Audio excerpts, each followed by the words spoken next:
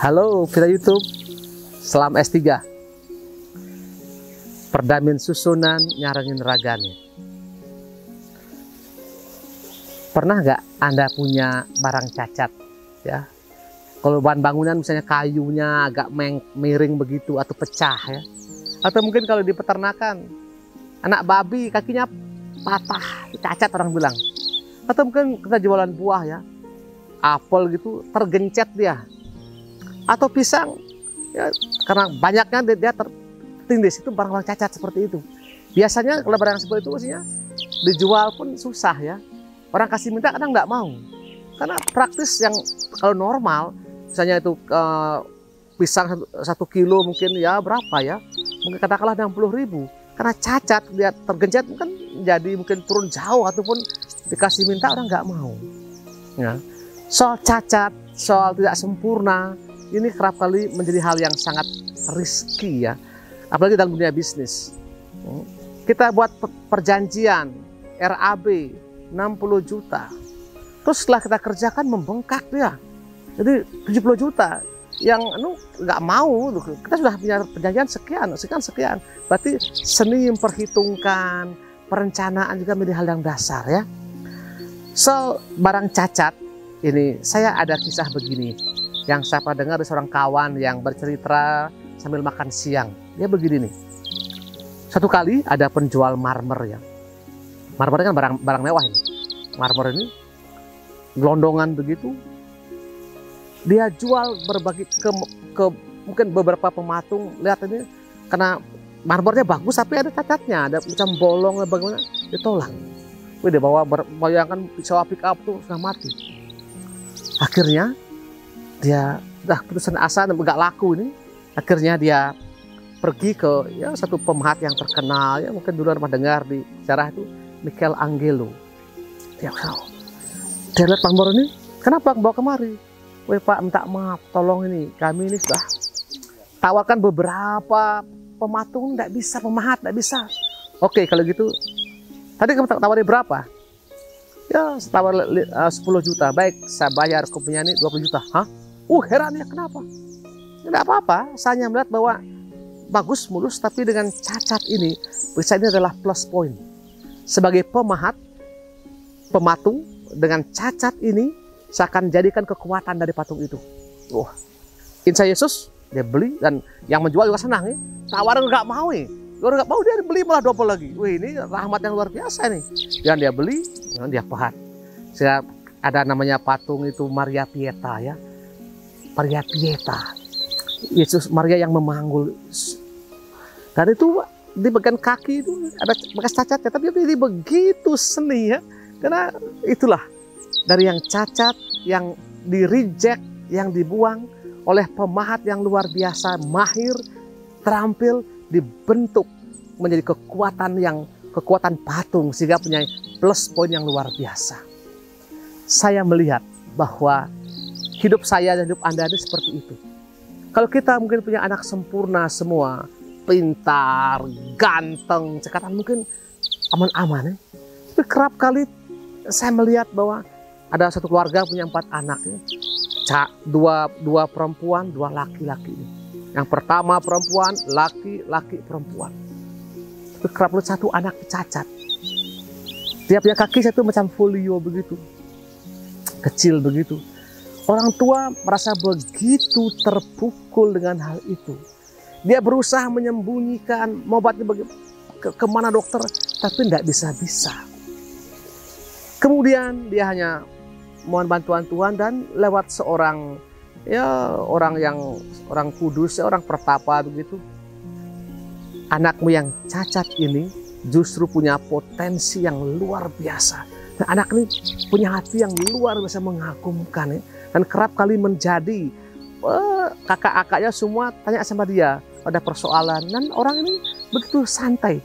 Biarpun dia cacat, dia tidak bisa minder sama sekali. Ini yang kadang-kadang kita lupa itu.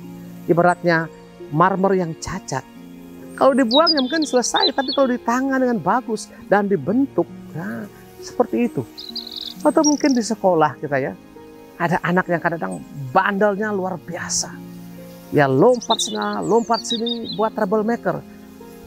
Ada cerita, tapi guru yang betul-betul punya kemampuan yang luar biasa melihat ada potensi yang luar biasa dalam anak ini. Tentu ini mungkin ya tidak banyak ya guru yang demikian, mungkin 1001. Dia dampingi, kemudian sungguh-sungguh terjadi hal mukjizat sehingga anak ini bisa tumbuh dan berkembang. Anda bisa lihat di YouTube itu, dia waktu sekolah dianggap paling bodoh sehingga dipulangkan. Dipulangkan dia. Satu Thomas Edison kan misalnya, itu orang pintar. Satu paling terkenal, saya tahu siapa namanya, pelari yang sangat terkenal itu. Dia cacat, tapi karena pendampingannya menjadi hal yang luar biasa. Dan kita dan saya melihat hidup ini seperti itu. Kita semua ibaratnya marmer cacat. Cacat karena berbagai macam keterbatasan. Tapi begitu kita menyadari keterbatasan ini, kemudian kita jadi down, maka Sang Pemahat Abadi, yakni Tuhan, tidak bisa buat apa-apa. Tapi begitu kita menyadari bahwa saya cacat, saya tidak mampu, tapi saya yakin Pemahat mampu mengerjakan banyak hal. Sehingga kadang-kadang dalam pandangan logika ya, Pemahat kan ada kadang dipotong, kadang digergaji, kadang dibor, kan begitu rawat patung itu. Kalau Anda tidak siap seperti itu, sehingga namanya pembinaan itu seperti itu. Sehingga kayak saya membayangkan kali kami para guru, staf di seminari itu seperti pemahat ya. Dia menerima berbagai macam marmer tanda kutip dalam berupa anak-anak dari berbagai macam daerah ini. Kita bisa tahu anak ini punya potensi apa, kemampuan apa. Kemudian lewat aturan yang ada, minimal disiplin minimal, itu yang saya banggakan. Dia setia pada jamnya, jam dia studi, jam makan dia makan. Pelan-pelan itu akan dibentuk pelan-pelan. Jadi itu pola yang nanti seandainya pun dia gak terus ke seminari tinggi, dia di luar sekolah, minimal dia ambil hukum dia selesai pada waktunya. Karena disiplin akan mengantarkan banyak rahmat ya. S1 4 tahun selesai, berapa terus 3,5 tahun. Tapi karena kita sudah tahu kita cacat, tidak mampu, kurang tekun, tambah lagi. Sehingga S1 4 tahun, 6 tahun nggak selesai. Kenapa? Berbagai macam persoalan yang menumpuk ya. Papernya belum selesai, KKN-nya belum selesai, ditumpuk sedemikian rupa. Sehingga menjadi sangat berat. Marmer cacat pertama-tama adalah menyadari kita punya kelemahan, kemudian dengan tahu dan mau kemudian menyerahkan diri pada Sang Pemahat. Sehingga menjadikan kelemahan ini sebagai titik tolak. Kekuatan yang justru keindahan patung tadi, pahatan tadi terletak pada marmer yang cacat ini. Jika jujur, sekarang saya bangga dengan kelemahan saya, dan ketidakmampuan saya bangga itu. Di lain pihak juga saya berjuang bagaimana caranya mengembangkan potensi diri. Ada sumber bacaan, ada pendapat orang lain, ada YouTube kita bisa dengar, orang punya sharing, kita boleh menerima input begitu banyak ya. Karena begini, karena pengalaman saya semakin kita banyak belajar, semakin saya menyadari bahwa semakin saya tidak tahu apa-apa. Tapi begitu saya stop belajar dari orang lain, dari sumber buku, dari hidup ini, kita merasa paling tahu. Orang bilang sok tahu, kemelinti. Sepertinya tahu, padahal tidak tahu apa-apa. Ini yang bahaya. Orang yang demikian tidak tahu persoalan. Saya kadang omongnya orang tanya A, jawab B. Jaka sembung bawa golok. Gak nyambung goblok, kan begitu orang bilang begitu ya. Inilah yang saya kadang renungkan dengan konten S3 ini, jujur bagi saya menjadi kesempatan refleksi diri saya sendiri. Dan pengalaman ini sangat subjektif ya. Saya sharingkan kepada Anda semua bukan untuk apa-apa, tapi mudah-mudahan Anda yang mendengar ada sedikit insight, ada sedikit suatu ada sentuhan sedikit. Syukur-syukur ada inspirasi, ada ide baru. Tapi kalau tidak, minta maaf. Anda lupakan, Anda tinggal delete dan selesai semuanya. Saya kira demikian. Jadi semoga siang ini, hari ini hari Minggu ya, saya buat konten ini supaya nanti mudah-mudahan kita sungguh-sungguh menyadari bahwa saya cacat. Saya menyadari itu, kemudian saya berjuang pelan-pelan dan pasti sehingga Pemahat yang abadi, yakni Tuhan sendiri, memahatkan yang cacat itu, bagian yang lemah itu, menjadi kekuatan kita untuk maju ke depan. Sama halnya tadi, marmer cacat yang ditolak oleh banyak pemahat. Dan datang Michelangelo menerima bahkan membayar lebih dari itu sehingga yang menjual senang. Kemudian dari marmer yang cacat ini dibentuk menjadi patung Maria Pieta yang terkenal itu. Kalau Anda ke Roma itu, itu terkenal itu. Luar biasa, karena terbuat dari marmer yang cacat.